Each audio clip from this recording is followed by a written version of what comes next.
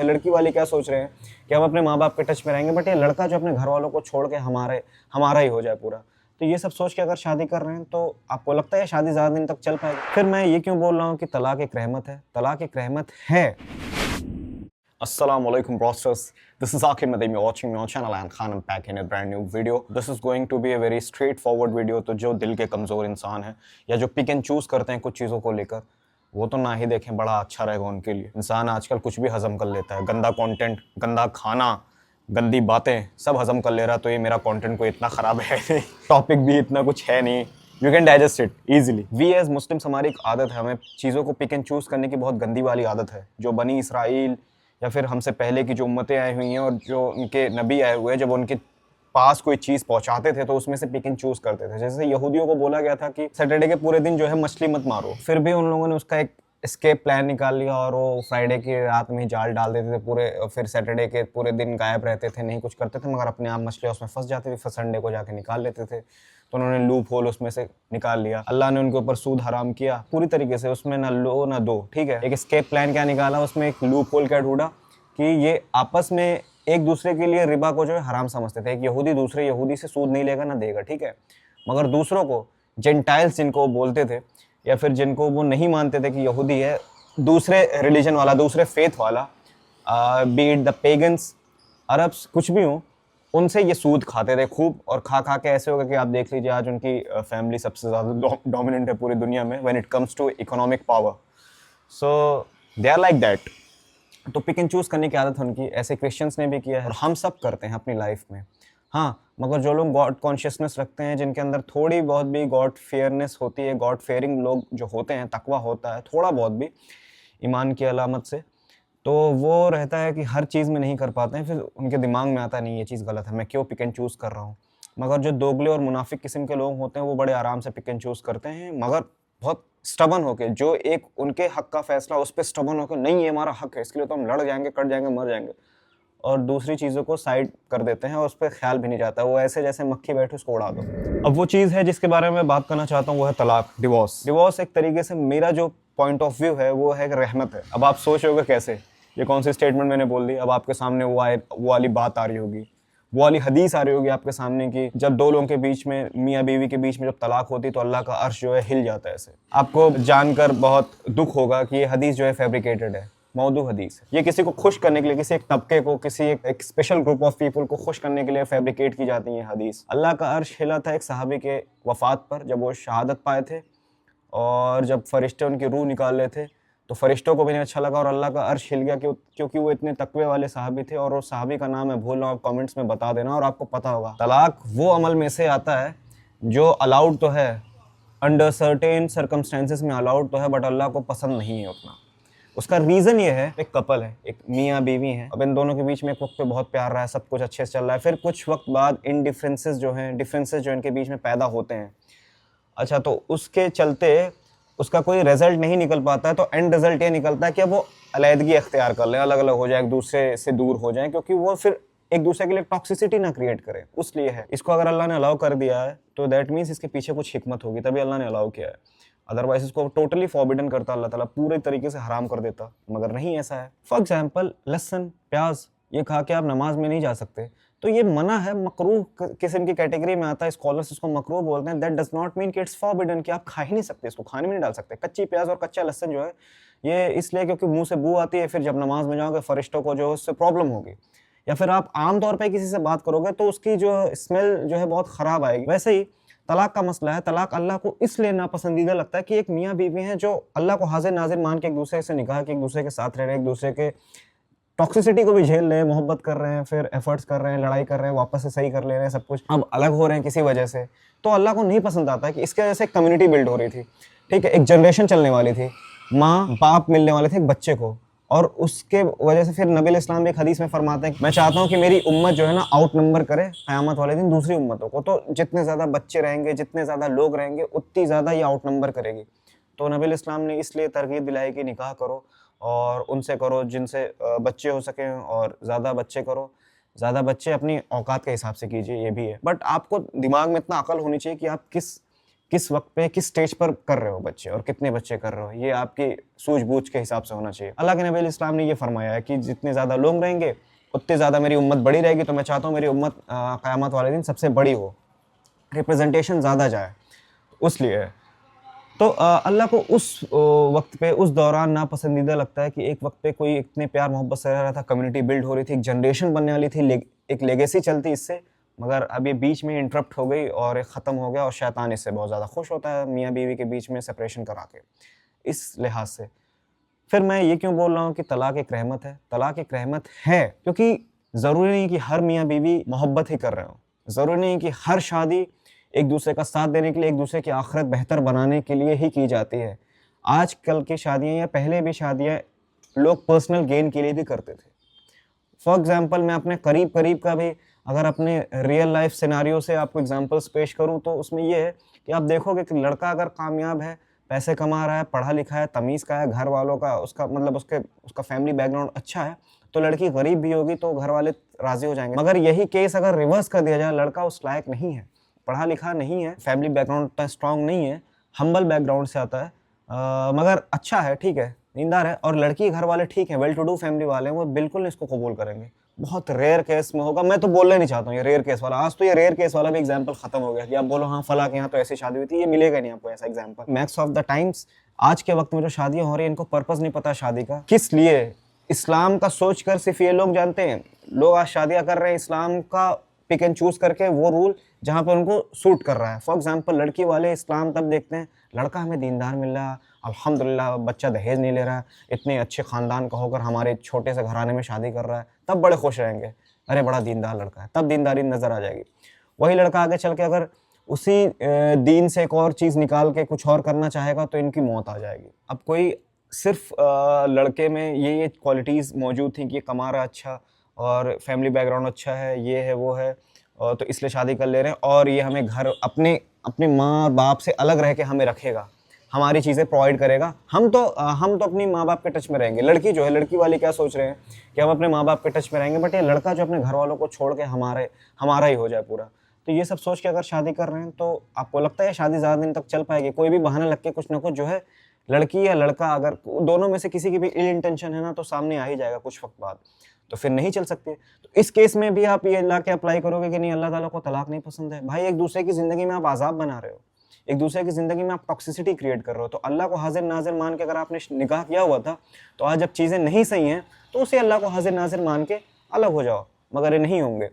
तो तलाक इसलिए है कि जब दो लोगों के बीच में चीज़ें नहीं बन पा रही हैं, अब इज़्ज़त ख़त्म हो गई रिश्ते में, मियाँ और बीवी के बीच की जो इज़्ज़त ख़त्म हो गई, बीवी ने मियाँ की इज़्ज़त जो है तार-तार कर दी है, 40 लोगों के बीच में जाके इज़्ज़त उछाल दी है, कोशिश की है, उछालने की तो औकात किसी की नहीं है खैर, वो तो इज़्ज़ु मन तशा व तो ज़िल्लु मन तशा। दोनों मियाँ बीवी के बीच में चीज़ें बन नहीं रही है, दोनों में से कोई एक जो है एक दूसरे को ज़लील करने पे तुला हुआ, बदतमीज़ियाँ कर रहा है, और तमीज़ से निकाह हुआ था, अपनों के बीच में उसको सॉर्ट आउट नहीं करना। अगर इन डिफरेंसेस कोई पैदा हो रहे हैं, उसको बाजार में जाके सॉर्ट आउट कराना है, गैर लोगों को इन्वॉल्व करके, इनफैक्ट उन लोगों को इन्वॉल्व करके जिनका कोई इस्लाम से लेना देना नहीं। तो ऐसे नीच किस्म के गिरे हुए लोगों की तो खैर इनसे तो रिश्ता भी आपको बना के रखना नहीं चाहिए। लोग सालों साल रहकर भी नहीं जान पाते हैं एक दूसरे को, तो शादी कर लेते हैं, और शादी के बाद कई सारी चीज़ें खुलती हैं, सामने आती हैं कि अच्छा इसमें ये प्रॉब्लम है, ये, और किसी के लिए वो चीज़ बहुत बड़ी होती है।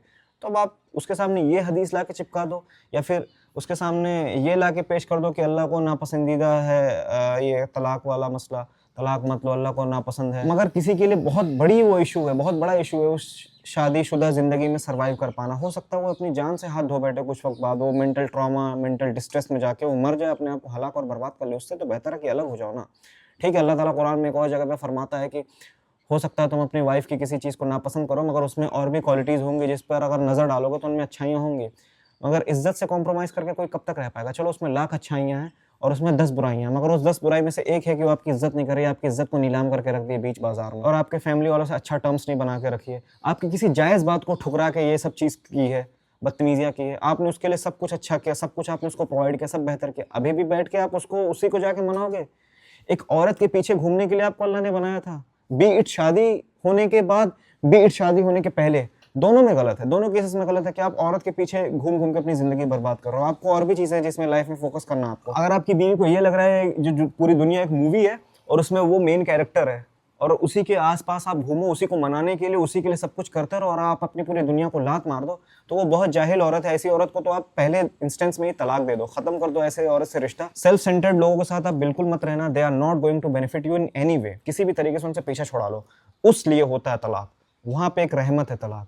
ऐसे लोगों के पास आप बिल्कुल मत रहो। मेरे पर्सनल एक्सपीरियंसेस है, मेरे दोस्तों के एक्सपीरियंसेस है, जिससे मैं आपको चीज़ें बताऊंगा कि यहाँ तक सुनने को आया है कि ये औरतें जब शादी के बाद इतने तकब्बुर इनके अंदर आ जाता है, ये कुछ चीज़ें, कुछ इस्लामिक चीज़ें इंस्टाग्राम की रील्स और वहाँ पे पढ़ के, क्योंकि ये डायरेक्टली कुरान और हदीस नहीं पढ़ते, उनका मुताला नहीं करते, ये जो इंस्टाग्राम की रील्स और स्टोरीज और क्या बोलते हैं पोस्ट आ जाता है, उस पर कुछ चीज़ें पढ़ के ये सातवें आसमान पर होती हैं कि इनके वजह से किसी की ज़िंदगी बदल रही, किसी का नसीब बदल रहा है। ये इतनी बड़ी गलत फहमी है इनकी।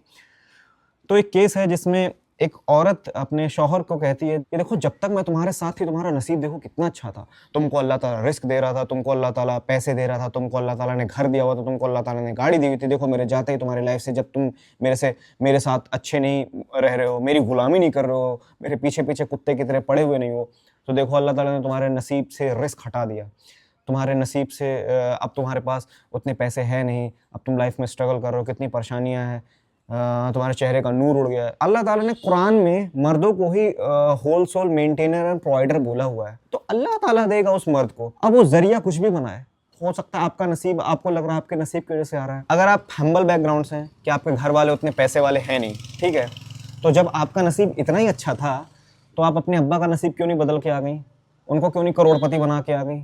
आप शौहर को अपने पैसे वाला बना रही हैं, उनके आपके वजह से उनके पास घर आ रहा है, गाड़ी आ रही है, वरना तो उसकी औकात इतनी थी नहीं कुछ कर पाने की, उसके अंदर कोई कॉम्पिटेंस था ही नहीं कि वो चीज़ें सही कर ले, ठीक है, आपके वजह से आ रहा है। तो आप अपने जिस अब्बा के घर में रही हैं 15, 20, 25, 30 साल तक, शादी होने से पहले तक, उसका नसीब क्यों नहीं बदलनी है अपने बाप का। तो ये तकब्बुराना अल्फाज जो आते हैं या तकब्बुर करती हैं औरतें, ऐसी औरतों के साथ भी बिल्कुल मत रहिए जिसको लगता है कि उसके वजह से चीज़ें आपकी लाइफ में जो हैं सही चल रही है, वो नहीं रहेगी आपकी लाइफ में, तो आपकी लाइफ बर्बाद हो जाएगी। ऐसे घमंडी और they don't deserve to be a wife of someone, ये लाइफ खराब कर देंगे, क्योंकि इनका सब कुछ तकब्बुर पे चल रहा है कि मैं तो अच्छी हूँ, मेरे अंदर कोई कमी नहीं, मेरे से तो आपका ये चल रहा है वो चल रहा है। उनको अपनी गलतियां नहीं माननी है, पिक एंड चूज करना है इस्लाम को, इस्लामिक रूलिंग्स को, अपने शौहरों के हक को दबाना है। तो ऐसी औरत के साथ बिल्कुल मत रहिए, अपनी जिंदगी मत अजाब कीजिए।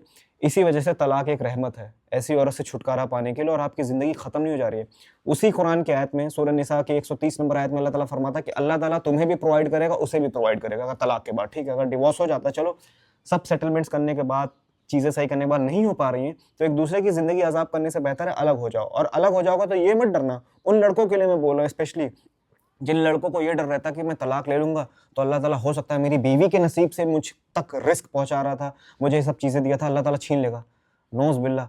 ये क्या आपकी फिलॉसफी है, क्या आपका प्रिंसिपल है, क्या आपकी सोच है? अल्लाह को ये आपने समझ के रखा हुआ है। ऐसे ज़बरदस्ती के रिलेशनशिप में रहने का कोई फ़ायदा नहीं है जहाँ पे आपकी इज्जत ना हो, आपके लिए चीज़ें ख़राब हो रही हों, इवन दो आप चलाना चाह रहे हो, निभाना चाह रहे हो, एक वक्त के बाद आप टूट जाओगे। और फिर आपके सामने इंडिया में केसेस हैं, मौजूद हैं, अतुल सुभाष जैसे केसेस, जिसमें करते करते मर जाए आदमी, फिर भी कोई सुनवाई नहीं उसके बाद होने वाली है और लास्ट में अल्टीमेटली जाके मर जाता है। उससे बेहतर अपने हक के लिए खड़े रहो और अल्लाह से दुआ करो, ऐसी फैमिली से दूर रहो जो आपको निचोड़ना चाहती है, जो आपका सिर्फ इस्तेमाल करना चाहती है और सिर्फ अपने फ़ायदे के लिए आपको देख रही है। अगर किसी को अभी भी प्रॉब्लम है तो एक और कुरान की आयत है जिसमें अल्लाह ताला फरमाता है कि जब बीवी को डर हो ना अपने शौहर की तरफ से कि वो उसको सही से उतना ट्रीट नहीं करेगा ना, सुनिएगा बहुत ध्यान से, इसकी तफसीर पढ़िएगा तफसीर इब्न कसीर में, सूरह निसा की आयत नंबर 128, 129, 130, ये तीनों जब आप पढ़ोगे ना इन आयतों को, तब आपको बहुत क्रिस्टल क्लियर इमेज मिलेगी कि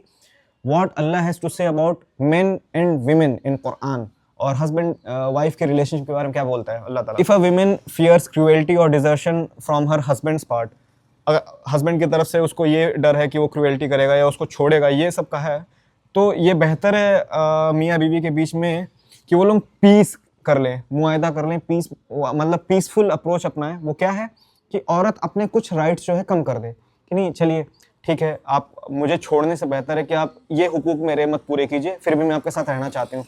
इसमें भी औरत को वांटेडनेस दिखानी है कि मैं आपसे मोहब्बत करती हूँ, I will forgo this right. ये तफसीर की बात बता रहा हूँ, मैं अपने तरफ से बात नहीं बता रहा हूँ। तफसीर अपनी कसीर पढ़ोगे, उस जो कुरान कहते हैं 128, 129, 130, उसकी जब तफसीर पढ़ोगे तो उस तफसीर में यही आता है कि अगर उसको ये डर है कि शौहर मेरा किसी और औरत से शादी करना चाह रहा है, अब वो किसी वजह से भी करना चाह रहा है, वो उसका राइट है, ठीक है, औरत उसको रोक नहीं सकती है, बिल्कुल नहीं। कहीं पर भी नहीं है, इस्लाम कुरान हदीस में कहीं पर भी नहीं कि औरत से परमिशन लेनी, औरत का इसमें कोई वो है से है। सिर्फ वो उसको आगाह कर सकती है कि देखिए ये चीज़ ये औरत आपके लिए हो सकता है सही ना साबित हो, यही वजह से बता सकती है, सजेशन। वो आपकी अम्मा नहीं बन सकती है कि बेटा तुम इससे शादी नहीं करोगे या करोगे, ये नहीं कर सकती है वो। तो उस केस में अगर उसको डर है कि मेरा शौहर मुझे पूरा तरीके से छोड़ देगा, अभी भी वो रिश्ता चलाना चाहती है, तो वो अपने राइट्स को लेट गो कर सकती है कि ठीक है आप मेरा ये हुकूक ना पूरा कीजिए, मगर प्लीज़ मुझे मत छोड़िए, ठीक है। Is a kind of request. अगर औरत को चलाना है, बर्दाश्त करना है, तो भाई आप करो, ऐसे कॉम्प्रोमाइज़ करो, अपने राइट्स को लेट गो करो, फॉरगो करो और रहो उस शौहर के साथ अगर आपको सच में मोहब्बत है तो। मगर ये करती नहीं, क्यों? क्योंकि पहले ही मैंने बताया ये शादी किए थे किसी ट्रांजैक्शन के लिए, बिजनेस डील की तरह, कि इसमें हमारा सब भला हो, हमें सब कुछ मिलता रहे, मगर हमें जब कुछ देने की बारी आएगी, नहीं भैया, हम हाथ खड़े कर देंगे, हम अपने जलीलपन है, हम अपनी बेइज्जत और क्या बोलते हैं बेगैरत पने पे उतर आएंगे कि हम सामने वाले को जलील और बदनाम करेंगे। तो इसी वजह से ये चीज़ चल नहीं पाती है। तो मैं बोला ना, इस्लाम को पिक एंड चूज़ करके चला जा रहा है, तो नहीं। जैसे मैं इसका एग्जांपल दूंगा नबी अलैहिस्सलाम की लाइफ से। सौदा रज़ियल्लाहु अन्हा जब वो बूढ़ी हो रही थी तो उन्होंने अपना दिन जो है आयशा रज़ियल्लाहु अन्हा को दे दिया था कि ए नबी अलैहिस्सलाम, मुझे तलाक मत दीजिए, मैं आपकी वाइफ ही रहकर मरना चाहती हूँ, बस मेरे पास जो आप आते हैं उसके जगह आप आयशा रज़ियल्लाहु अन्हा के पास चले जाया कीजिए। सी, दिस इज सैक्रिफाइस। तो ऐसे किसी को घर चलाना है तो ऐसे लोग आपको मिलेंगे नहीं। क्यों? अव्वल तो निकाह ही इस पर्पस के लिए नहीं हो रहा है कि मियाँ बीवी एक दूसरे के लिए कर रहे हैं निकाह, वो अपने अपने पर्पस के लिए कर रहे हैं, अपने पर्सनल गेन के लिए कर रहे हैं। तो जब थोड़ी सी भी इंडिफरेंसेस पैदा होती हैं तो वो रिश्ते को बर्बाद करने पे तुल जाते हैं। और ज़्यादातर ये आज के केस में तो ये मुसलमान औरतें ज़्यादा कर रही हैं कि वो गलत चीज़ों का फ़ायदा उठा के ज़िंदगी बर्बाद करने के पीछे पड़ी हुई हैं। तो ऐसी औरतों से दूर रहिए, उसी वक्त में तलाक एक रहमत है। करो, कर लो, मगर अपनी ज़िंदगी बचा लो, क्योंकि मर्दों को कोई देखने वाला नहीं, उनकी आसपास सुनने वाला नहीं, उनके आंसू किसी को दिखने वाले नहीं है, उनको अकेले ही लड़ना है अपने लिए। औरत तो 4 जगह जाके रोएगी तो लोग बोलेंगे अरे हाय है बेचारी। फिर से इंशाल्लाह कुछ और इसमें बचा होगा तो मैं नेक्स्ट वीडियो में बात करूँगा उसके बारे में। अस्सलाम वालेकुम।